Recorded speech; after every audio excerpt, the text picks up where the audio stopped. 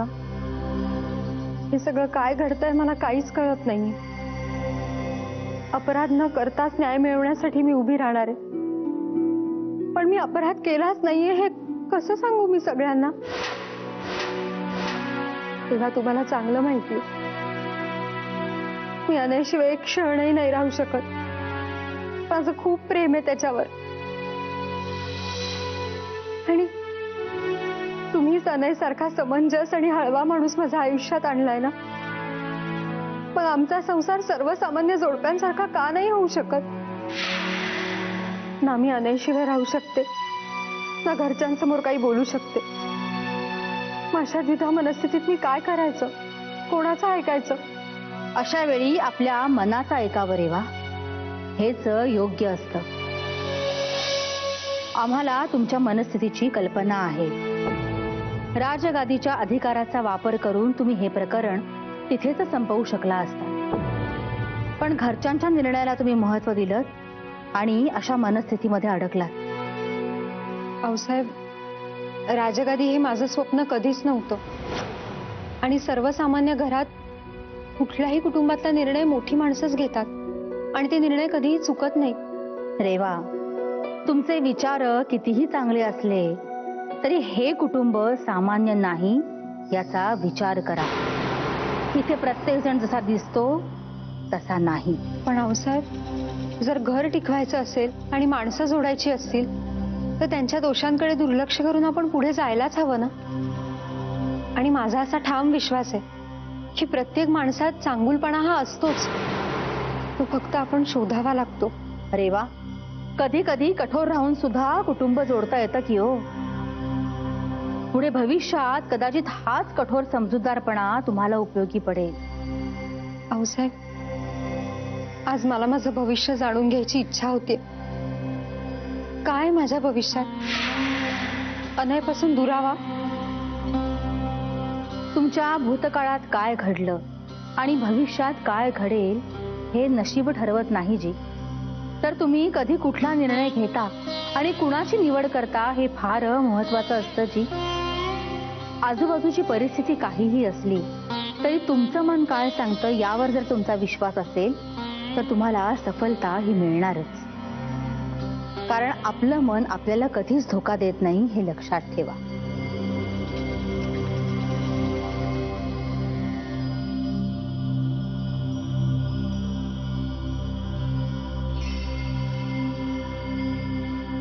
हे तुमच्या उशाखाली ठेवून द्या. तुमच्या मनातली तळमळ शांत होईल.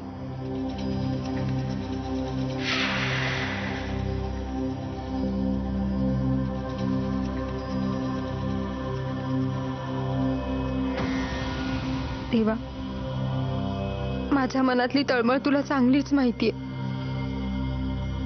अनयपासून वेगळं व्हावं लागेल की नाही हे सर्वस्वी तुझ्या आशीर्वादावर अवलंबून आहे.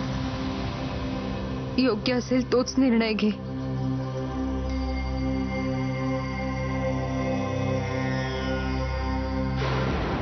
वा वा वा निलांबरा, खूप आनंदाची बातमी दिलीत तुम्ही. इतके दिवस कामाच्या व्यापामुळे घराकडे लक्ष द्यायला वेळच नव्हता आमच्याकडे. आपलं मिशन राजगादी कसं चाललं असेल त्याच्याकडे लक्षच दिलं नाही आम्ही. पण तुम्ही तर कमाल केलीत. कपिलाला रेवाच्या विरोधात उभं करणं ही काय सोपी गोष्ट नाहीये. कसं काय म्हणून तुम्ही? हा, काही जादू टोणा वगैरे तर अवगत नाहीये ना तुम्हाला? काहीही काय बोलताय? त्या कपिलासारख्या बाईला तुम्ही संशयी बनवलं. ही काय खायची गोष्ट नाहीये. आम्हाला वाटलं होतं की रेवाचं सगळं कुटुंबच तिच्या बाजूने उभं राहील, पण तुम्ही तसं नाही होऊ दिलं. चला, म्हणजे आणखी एक मत धाकट्या वहिनींच्या बाजूने पक्क झालं. अनबर, हा निर्णय म्हणजे राजगादीच्या दिशेने आपलं एक दमदार पाऊलच म्हणायला हवं. आणि तुम्ही ठरवल्याप्रमाणे जर एक एक मोहरा रेवाच्या विरोधात गेला तर ती अनयपासून इतकी दूर जाईल की अनय एकटा पडेल. आणि एकटी व्यक्ती राजगादीवर बसूच शकत नाही. आता आपलं स्वप्न सत्यात उतरायला फारसा वेळ उरला नाहीये. मेघदत्त राजे आणि रोमिला या दोघांना राजगादीवर बसलेला आता आपल्याला नक्की बघता येईल. पण आता पण कसला? मेघदत्त तो हे प्रकरण कसं हाताळतो यावर सगळं अवलंबून आहे.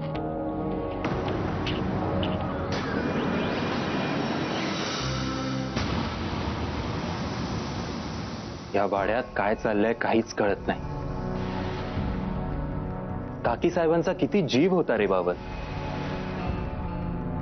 मग अचानक त्यांच्या डोक्यात हे भलतच खूळ कुठून आलं असावं.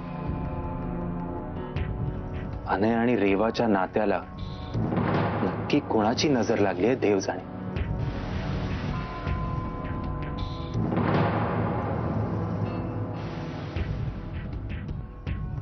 रोमिला, यामागे तुझा आणि आईचा हात तर नाही ना? मेघदत्त, तू असं कसं बोलू शकतोस? आम्ही असं का करू? कालपर्यंत धाकटे आईसाहेब रेवाला आपल्या पदराखाली घेऊन फिरत होते. कुणाचं तरी ऐकून ते असं कशाला वागतील? मुळातच अनयवर येणाऱ्या संकटांसाठी रेवा जबाबदार आहे हे मला पटत नाही. सगळी सूत्र जशी अनयच्या हातात आहेत तशी रेवाच्या आहेतच की. मग रेवाला अजून काय हवं असेल त्याच्यासाठी ती हे सगळं करते? कुणाला कधी कसली हाव सुटेल आपल्याला काही सांगता येत नाही ना. मला तर बाबा ती रेवा नेहमीच विचित्र वाटत आली आहे. तुला असं नाही वाटत का मेघदत्त? मी आत येऊ का? वहिनी तुम्ही? अहो या ना आत या. भाऊजी, तुम्हाला रात्री झोपताना मसाला दूध लागतं ना, आणि आज वाड्यात काम करणारं कोणीच आलेलं नाही, म्हणून म्हटलं मीच घेऊन जावं. पण मी तुम्हाला डिस्टर्ब नाही ना केलं?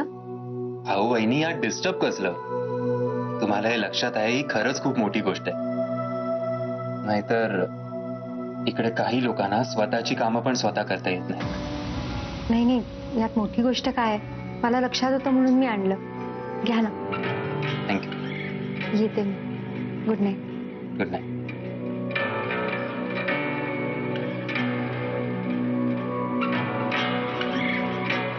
आता याला काय म्हणशील? वाड्यात इतकं सगळं होऊनही वाड्यातल्या बारीक सारीक गोष्टींकडे तिचं लक्ष असतं. आता हेही तिचं नाटक आहे असंच म्हणायचं असेल ना तुला? मेघदत्त, तू मला का बोलतोयस? मला रेवासोबत काही प्रॉब्लेम नाहीये. धाकटे आई साहेबांना आहे, त्यांना जाऊन बोल. मुळातच त्यांचा हा प्रॉब्लेम गैरसमजातून निर्माण झालाय. अनयला संकटापासून वाचवण्यासाठी रेवाने त्याच्या आयुष्यातनं दूर जावं हा मार्ग योग्य नाही. मी उद्याच काकी साहेबांशी बोलून घेतो.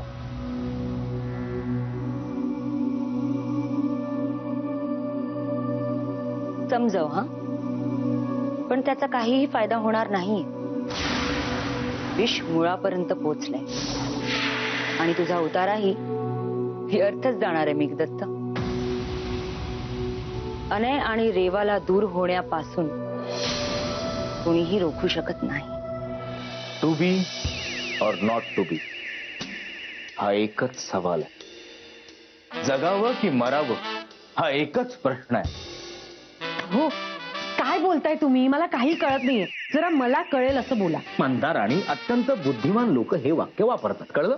पण मग आत्ता का तुम्ही हे वाक्य बोलताय? कारण ताई साहेबांनी यक्ष प्रश्न उभा केलाय. कोणाला उभा केलाय? यक्ष.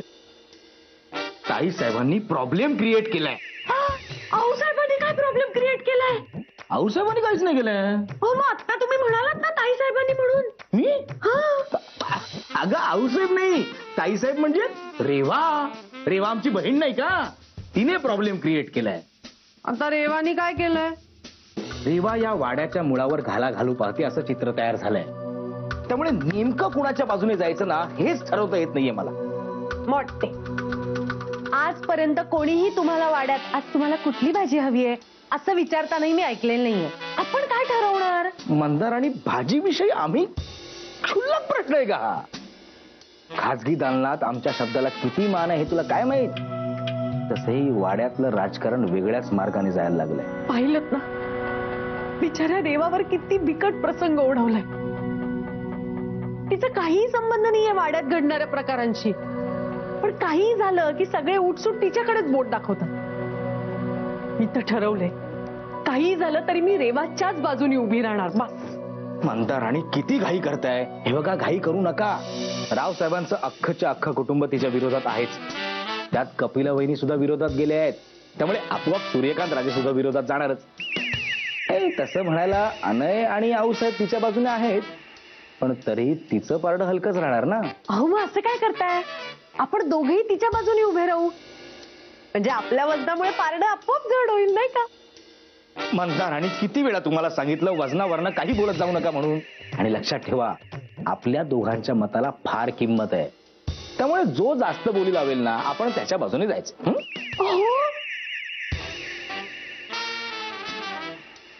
असं कसं बोलू शकता तुम्ही? हं? आजपर्यंत तुमचे सगळे अपराध पाठीशी घातले. कोणी? रेवानी. देवाने? कोणीही मान दिला नसेल एवढा मान दिलाय तुम्हाला तिने. कोणी? देवाने? हो. आणि आज आज तुमच्या मदतीची गरज आहे. कोणाला? रेवाला. हो. आणि तुम्ही तिच्याशी असं वागणार? रडवलं तुम्ही आम्हाला. येतो. कुठे जाताय आता? येतोय. आमच्या तल्लख मेंदूत एक मस्त प्लॅन येतोय. कुठला? मतदानाच्या समयी मी उपस्थित राहणार ना. आता मतदानाला समयी कशाला हवी आहे? आपल्या वाड्यात खूप दिवे आहेत. तुम्ही वेळेवर उपस्थित राहा म्हणजे झालं. मंदाराणी, तुम्ही दिवे लावणं जरा बंद करा. मतदानाच्या समयी म्हणजे मतदानाच्या वेळेस मी उपस्थित राहणार नाही. बसा.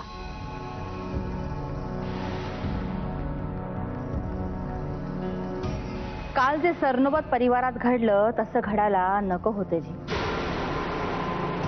कपिलांच्या मनात एक विचार घर करून राहिलाय आणि त्यावरचा निर्णय जर राजगादीनं घेतला तर तो चुकीचा ठरेल असाही त्यांचा समज झालाय. म्हणूनच सर्वसामान्य परिवारांमध्ये जशी चर्चा होऊन एखाद्या गोष्टीचा निर्णय होतो तसाच निर्णय आपण आपल्या परिवारात करावा असं रेवांचं म्हणणं आहे. राजगादीनं घेतलेल्या निर्णयावर आक्षेप घेण्याची गरज आज पहिल्यांदा भासते. ह्यावरूनच लक्षात येतं राजगादीची काय अवस्था झाली आहे ती. राजगादी आजही तडकाफडकी निर्णय घेऊ शकते, पण नात्यांचा विचार करून हा निर्णय घेण्यात येत आहे हे सगळ्यांनी ध्यानात ठेवावा. सगळ्यांनी आपापली मतं मांडायला आता हरकत नाही. काकासाहेब, आधी तुम्ही सुरुवात करावी. खरं तर या बाबतीत आमचं वैयक्तिक मत असं काहीच नाही,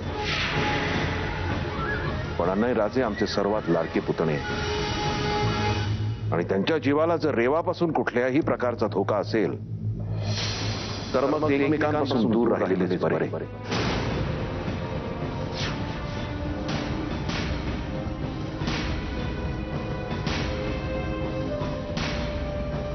आम्हालाही यांच्यासारखंच वाटतंय. रेवा आणि अनय जर एकमेकांपासून वेगळे राहिले तरच अनयवर येणारी संकट थांबतील असं खूप मनापासून वाटतं आम्हाला. आई, तू हे इतक्या ठामपणे कसं काय म्हणू शकतेस? जणू काही अनयवर येणारी संकट तूच उभी करतेस.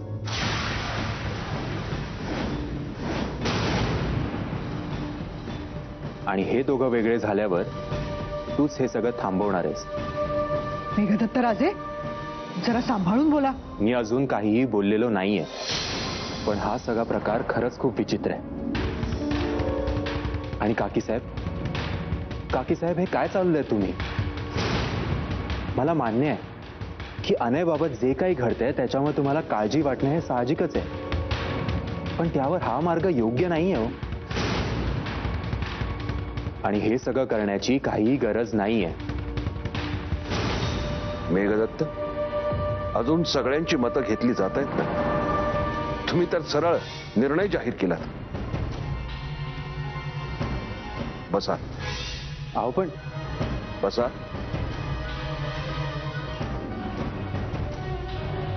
रोमिला, आता तुम्ही तुमचं म्हणणं मांडा. आता मोठ्यांपुढे मी काय बोलणार?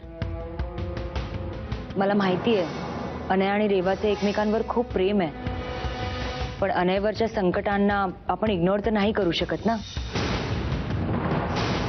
म्हणून जर कुणाची तरी बाजू घ्यायचीच असेल तर मी धाकटी आईसाहेबांची घेईन. एक आई म्हणून त्यांची काळजी मला बरोबर वाटते. मला माहितीये मला कोणीच सिरियसली घेणार नाही, पण मला असं वाटतं की रेवा बरोबर आहे आणि म्हणूनच मी कायम रेवाच्याच बाजूनी राहण्याचा निर्णय घेतलाय.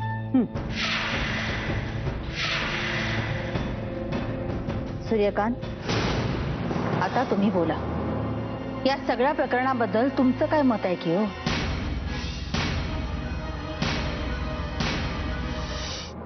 मी काय बोलणार आहो साहेब? अनय माझा मुलगा आहे, मला त्याच्याबद्दल काळजी वाटते आणि कपिलाला माझ्या इतकं चांगलं कोणीच ओळखत नाही असं मला आजपर्यंत वाटत होतं. पण आजच्या या प्रसंगानं मी पुरता निराश झालोय. रेवाचं बरोबर आहे आणि कपिला चूक आहे हे सांगण्याच्या मनस्थितीत मी आता नाही आहे. त्यामुळे मी तटस्थ राहणं पसंत करेन.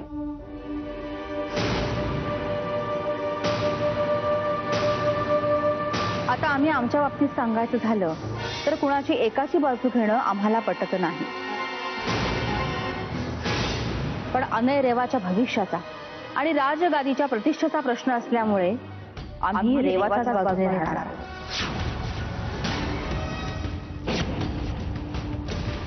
कारण घडणाऱ्या घटना कशा घडतायत हे कुणालाच सांगता येत नाही की हो. फक्त एखाद्या व्यक्तीला वाटलं म्हणून इतका मोठा निर्णय कसा काय घ्यायचा म्हणतो आम्ही. चला, सगळ्यांचं बोलणं झालेलं आहे. आता निर्णय काय घ्यायचा ते ठरवूया. आपण सगळ्यांची मतं काय आहेत हे जाणून घेण्यासाठीच ही चर्चा केली होती की हो. यातून निर्णय असा काहीच होणार नाही. निर्णय घेण्याचा अधिकार अजूनही राजगादीलाच आहे.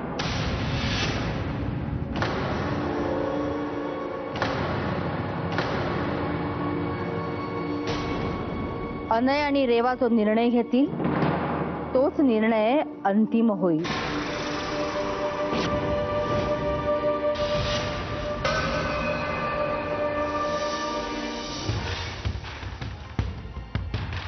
असंच असेल तर निर्णय झालाय.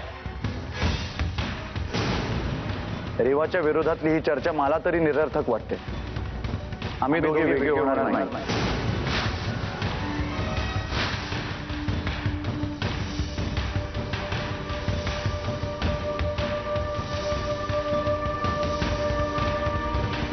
अनय राजे, हा निर्णय अर्धा आहे. अजून रेवांनी आपलं मत व्यक्त केलेलं नाही. रेवा, तुमचं काय म्हणणं आहे?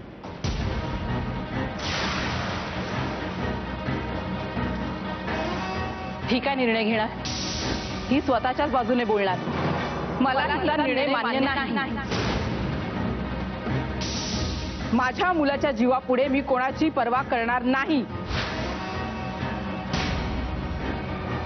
जोपर्यंत रेवा अनयपासून वेगळी होत नाही तोपर्यंत मी अन्न पाणी ग्रहण करणार नाही.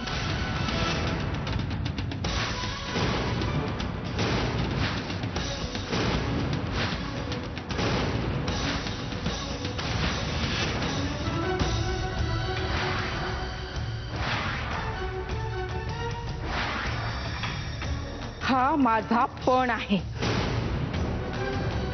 आई, माझा निर्णय ऐकून तरी घ्या.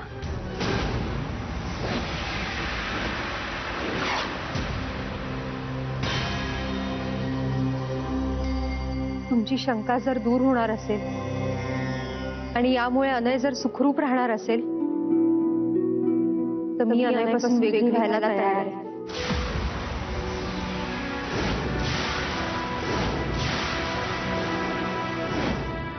आणि हा माझा अंतिम निर्णय असेल.